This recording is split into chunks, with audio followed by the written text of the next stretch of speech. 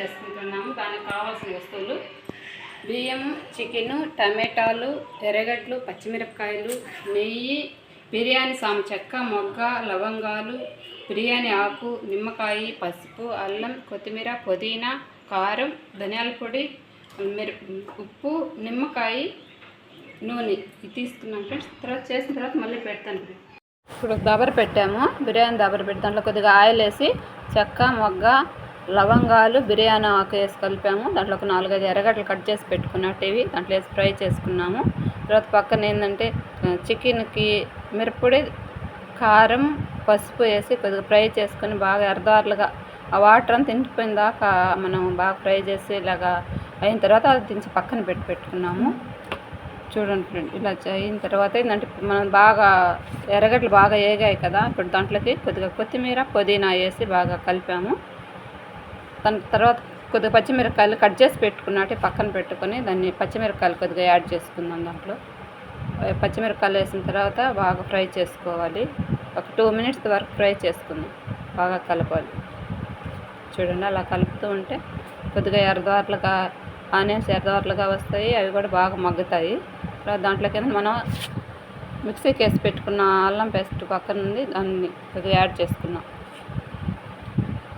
బాగా కలపాలి. బాగా కలుపుతూ ఉన్నాము. బాగా ఎర్రదారులుగా వస్తుంది. ఎర్రదారులుగా వచ్చినప్పుడు ఏంటంటే బాగా పచ్చి వాసన రాకుండా ఉండేదానికి బాగా ఫ్రై చేసుకుంటూ కలిపెట్టుకుంటూ ఉండాలంటే అలా కలిపెడుతూ ఉంటే అడుగు అంటుకుంటూ ఉంటుంది. అందువల్ల ఎక్కువ కొద్దిగా ఒక 5 నిమిషాల వరకు అలా కలిపెట్టుకుంటూ ఉండాలి. దాంట్లోకి ఏంటంటే మనం తర్వాత కొద్దిగా పచ్చి కొబ్బరి మిక్సీకి వేసి పక్కన పెట్టుకున్నాం, దాన్ని కూడా కొద్దిగా యాడ్ చేశాను. అలా కొబ్బరి వేసిన దానివల్ల కొద్దిగా రుచిగా ఉంటుంది. తర్వాత టమాటాలు ఒక 4-5 టమాటాలు కట్ చేసుకొని కొద్దిగా వేసుకొని బాగా కలపాలి. కలుపుతూ ఉన్నప్పుడు ఏంటంటే దాంట్లో బాగా మగ్గిన తర్వాత టమాటాలు, ఎర్రగడ్డలు ఇవంతా బాగా ముద్దగా వచ్చేస్తుంది. ఈ అల్లం పేస్ట్ అన్నీ వేసాం కదా, బాగా చూడండి, బాగా ఎంత బాగా మగ్గితే ఆయిల్ బాగా పైకి వస్తుంది. అట్లా ఆయిల్ బాగా పైకి వస్తే బాగా ఉడికిపోతుంది.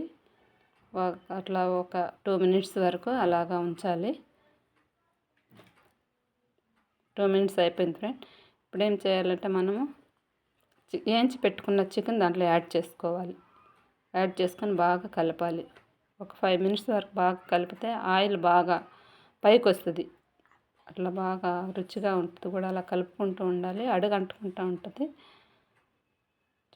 బాగా మగ్గిపోయింది చూడండి, ఇట్లా అడుగు అంటుకుంటూ ఉంటుంది. ఇలా కలబెడుతూ ఉన్న దానివల్ల ఏంటంటే అట్లాగా అడుగు అంటుకుంటూ ఉంటుంది. బాగా చూడండి, అడుగు అంటుకుంటూ ఉండేదానికి మనం అలా ఎక్కువసేపు అలా కలుపుతూ ఉండాలి, ఒక 2 minutes వరకు. తర్వాత వాటర్ మనం 4 పావుసేర్లు రైస్ తీసుకుంటే 4 పావుసేర్లకి 7.5 వాటర్ వేసుకోవాలి.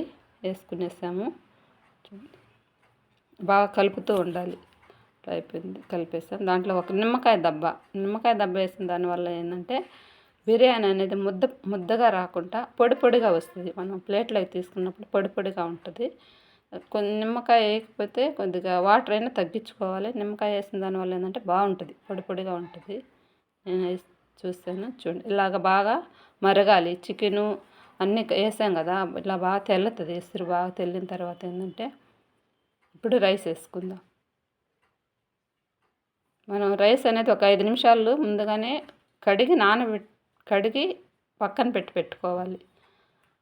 ఒక 5 minutes తర్వాత ఇప్పుడు రైస్ వేసేస్తాం. రైస్ వేస్తున్నాం చూడండి. ఇలాగ రైస్ వేసేసి ఇలాగ బాగా కలిపెట్టాలి. రైస్ బాగా రైస్ వేసేసాము చూడండి. ఇలా వేసిన తర్వాత ఏంటంటే మొత్తంగా తీసేసి అన్నీ కొద్దిగా ఏమీ అంటుకోకుండా కూడా ఉంటుంది. అలా వేసుకొని పొడిగా వేసుకుంటే ఒకే దగ్గర ముద్దగా కాకుండా మనం అట్లా వేసుకోవాలి. ఇట్లాగా బాగా ఉడకనివ్వాలి. దాంట్లో కొద్దిగా రంగు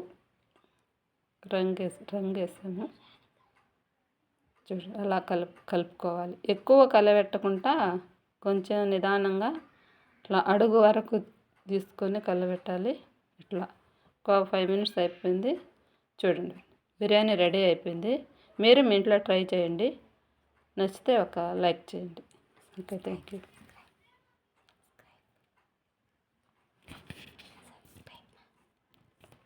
ఇలా బాగా కలుపుకుంటున్నాను చూడండి. అడుగు వరకు తీసి అడుగు అంటుకోకుండా ఉంటుంది. ఇట్లా 4 పక్కల కలబెట్టుకోవాలి. 4 పక్కల కలబెట్టేసి చూడండి పొడిగా వచ్చేది. మనం నిమ్మకాయ పిండిన దానివల్ల పొడిగా కొద్దిగా వెసురు కూడా తక్కువ వేసుకున్నా కూడా పొడిగా ఉంటుంది. లాస్ట్లో ఏదైనా కొత్తిమీర పుదీనా కొద్దిగా ఎత్తి పెట్టుకొని దానిపైన అలా చల్లేసి ఒక 2 మినిట్స్ మూత పెట్టేసి దించి పక్కన మూత పెట్టేసాము.